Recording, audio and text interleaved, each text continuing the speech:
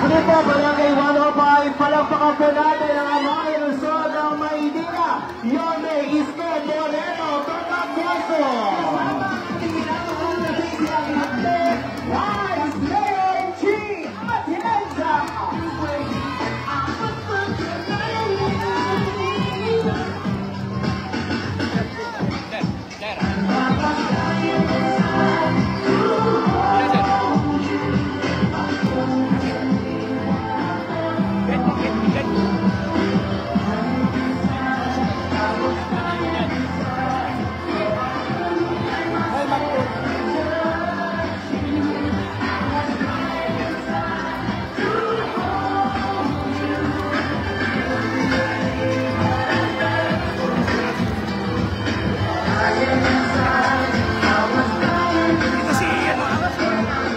Muli po, mga minamahal po namin taga-Barangay 105, palakpakan po natin Vice Mayor Chi Atienza at Yorme Isko Moreno Tomagoso.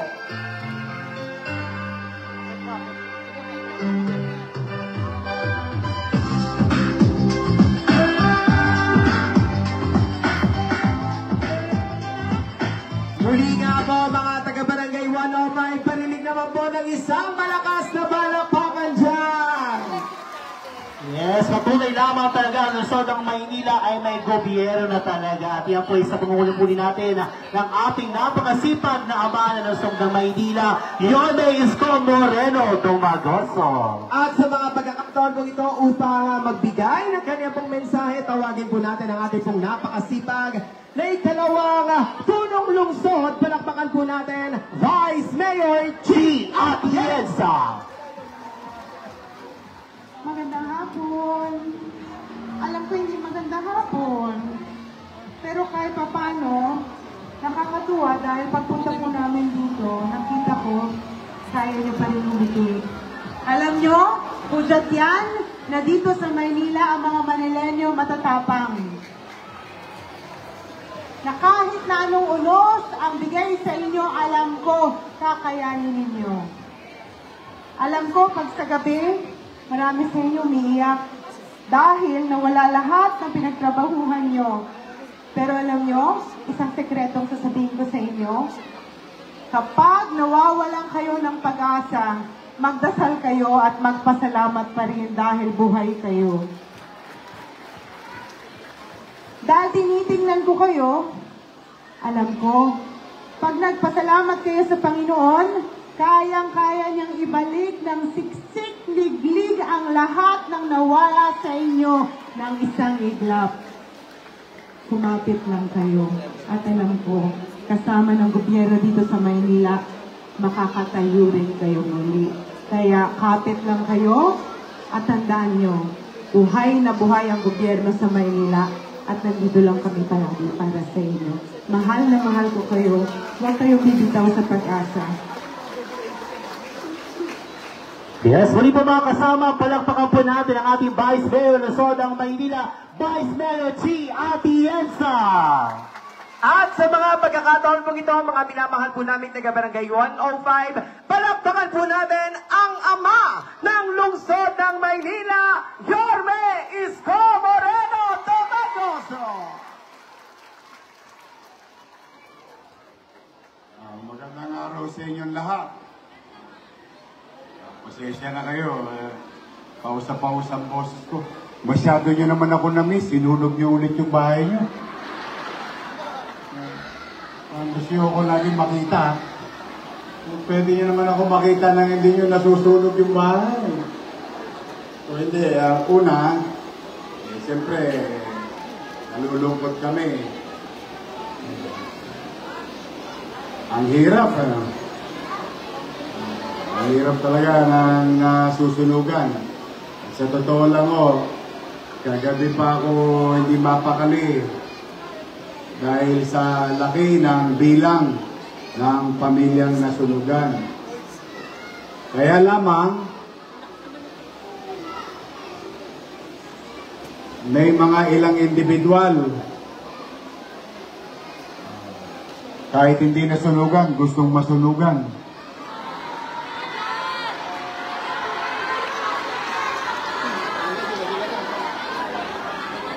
Tama ba? Gusto niyo ba sunugin din natin yung bahay nila? Nalulungkot ako kasi bakit? Una, hirap na ang syudad natin.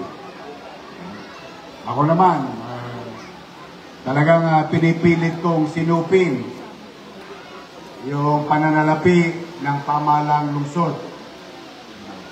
In fact, nilakihan ko nga para makabuelta kagad ang tao, makabili kagad ng gamit. Ang problema sa iba, dinodoble. Tama ba?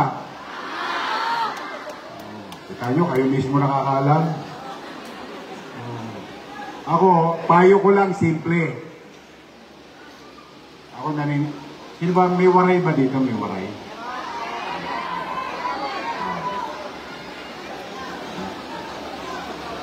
Sabi ng nanay ko, alam yung gaba?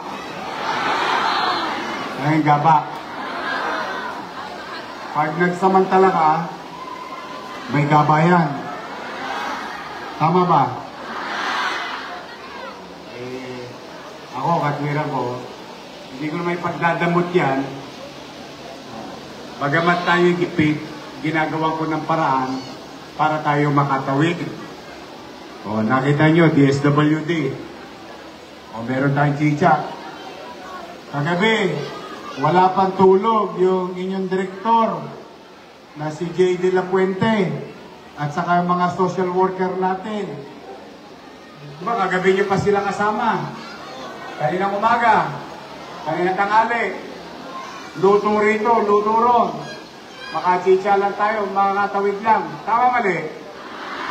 Ginagawa nila, trabaho nila, tama mali? O, maraming salamat, DSWD. Maraming salamat, MSW. Ako, kanina pang maga, naghahanap ng pera. Tanong ko, kayo nga ang sumagot. Kayo na ang magbigay ng solusyon para sa akin. Gusto niyo ba mabigyan lahat ang nasunugan? Yung hindi nasunugan, bigyan din natin? So tama ang desisyon. Tama ang desisyon na siya sa atin. Tama ba? Hindi ka naman nasunugan, nakikisunog ka. Tama ba? Gusto nyo follow up? Pwede. Gusto nyo follow up natin? Ang ibig ko sabihin, kung hindi kayo nasunugan, huwag na kayong makisali sa dalamhati ng ibang tao. Paano? Halimbawa, may totoong nasunugan, nakuha ng hindi nasunugan. Sino kawawa? Huwag nyo nang pag-interesan yung ilang libo na yan. Ang importante, buo ang bahay mo. Nandiyan ang termos, ang TV, ang panty, ang bra, kumpleto. Kayo, tama ba? Ang hirap-hirap masunugan Tapos titirahin pa yung kuryente. Tingnan niyo na nangyari sa atin. Diba? Kaya ako wala akong hinangad, kundi kaayusan ninyo. Ibali tayong mahirap, basta tayo panatag ang pamumuhay sa lungsod ng Maynila.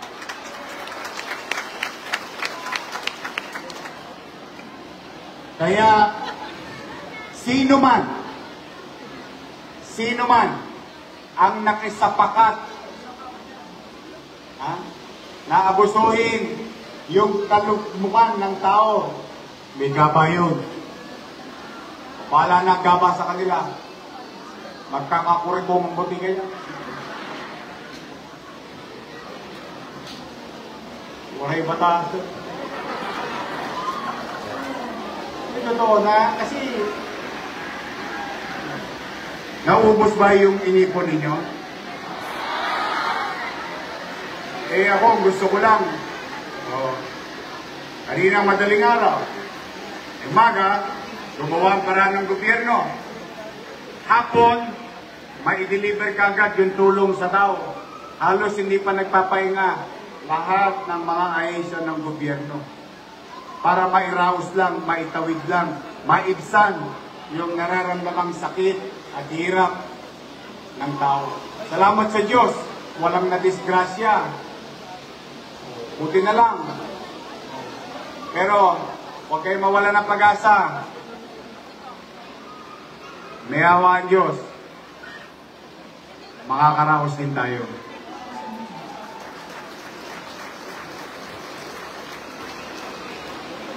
Kaya, tayo hindi titigil maging mainam sa gobyerno. Ngayon, ipararamdam namin sa inyo na may gobyerno kayong masasandalan sa lungsod ng Maynila. Sa mga hindi nasunugan, huwag na kayong umasa. Uwi na kayo. Tulog nyo na yan. O, kasi naawa ko, baka mamaya kasi may mapagkaitan na isa eh. Diba? Nakakaawa naman. Kayo man ang lumugar sa kanila. So, bata, ngayon, tayo lahat. Oh, yung 55, no? 55 yung water damage. 51. 51. Na water damage. O, magkakaroon din kayo. O, yung mga nasunugan. Bawat pamilya. Hindi mag-asawa, ha? Nagdo-double entry. Pwede nung mag-asawa, dalawa. Huwag na. Huwag na. Sayang lang. Alam ko, mahalaga ang pera. Pero mas maganda, bukal sa kalooban binigay, malinis ang iyong konsensya dahil kailangan mo talaga ng tulong. Tama ba? Oh. Basta nasunugan ka, huwag ka na mag-alala. Pumanatag kayo. Bawat nasunugan, pamilya, tatanggap ng 15,000 pesos. Alam niyo ba kung gaano kahirap yon? Alam niyo magkano yon? 33 million 15,000 pesos. Yun ang hinanap ko kanina pang umaga. Naubos na ang buhok ko.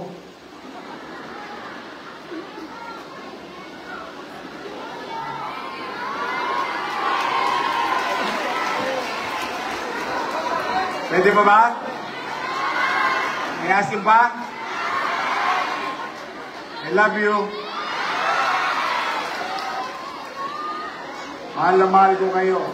Ako, talaga. Mahirap ang buhay. Pero, at least, dito man lang maramdaman ninyo na may gobyernong mabilis umaksyon at tumutugon sa pangangailangan natin. Ha? Huwag kayong mag-give up. May awa ang Diyos. May awa ang Diyos. Makakaraos din tayo. Ha? Ang ganda-ganda ng nun. Ayun, ayun, pinakamaganda. Tayo ka nga. Yan. Tayo ka dali. Ikaw, wag kang lumingon. Ikaw! Oh. Ikaw, tayo ka. Tama, sa madami akong mukhang nakita, ikaw ang pinakamaganda. Ayun, oh.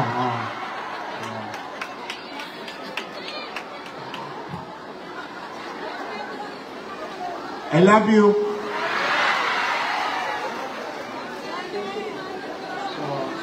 Lumuluwag na ba ang damdamin niya? O mag-ingat kayo. Huwag kayo naglalaro na nga po eh. Mag-ingat kayo next time. Mahirap. Yan kasi property ng NHA. Property ng mga pribadong kumpanya. Ba't kaya awa ang Diyos?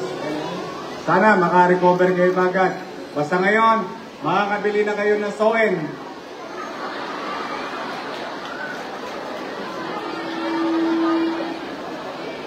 Bigay pero 2x2, plywood, tao, makarecover kayo kagad.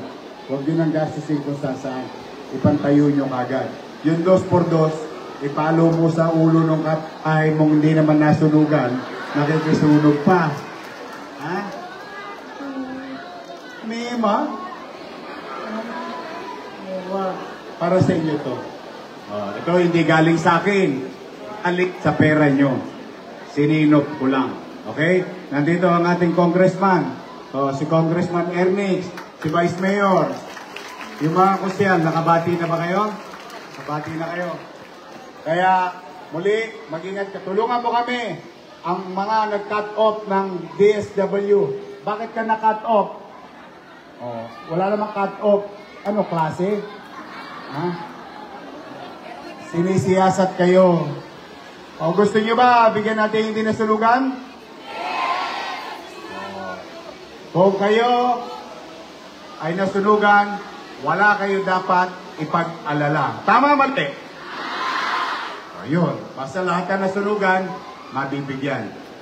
2,185 families times 15,000. 51 na pamilyang nabasak.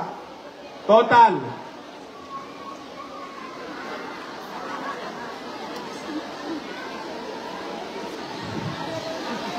33,015,000. Ganun kalaki.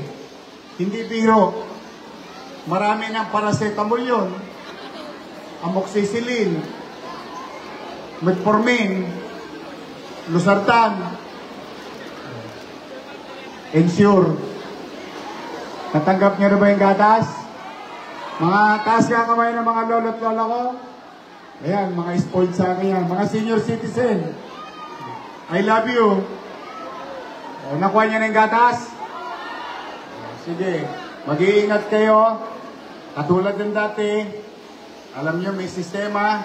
Kung manatag kayo, magkakaroon naman kayo. Okay? Mag-ingat kayo ha. May awa ang Diyos.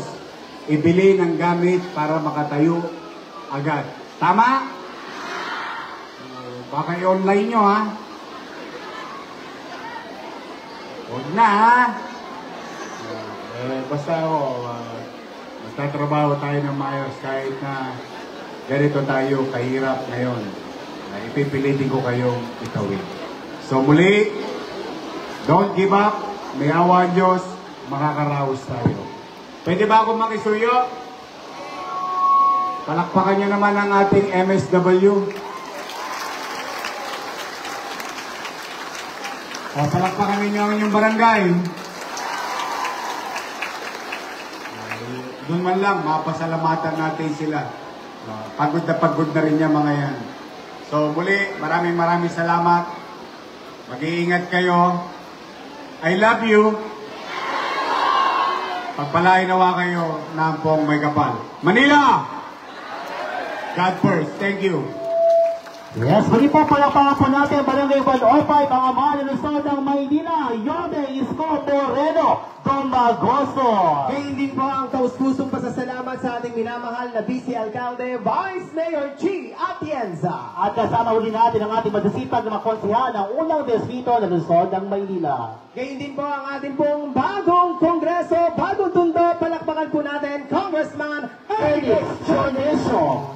At ngayon din po ang pasasalamat sa atin din po ang dalawang konsehal na kasama natin ngayong hapon mula po sa ibang distrito, Councilor Awi C. at Councilor Bobby Espiritu. Muli po sa lahat po ng ating pong mga nanay at tatay, mga kuya at ate, sino na po rito ang meron pong family car? Taas po ang kamay. Ayan, manatili lamang po kayong nakaupo. At din po ang paalala sa lahat naman po ng ating pong mga kasamahan na nakaupo lamang po dyan, manatili lamang po kayo at gagawin po natin ang isang maayos, organisado at may sistemang pagbibigay ng tulong, handog ng pamahalaang lungsod ng Maynila. Muli po, palakpakan po natin, Yorme Isko Moreno Domagoso! At ang ating mga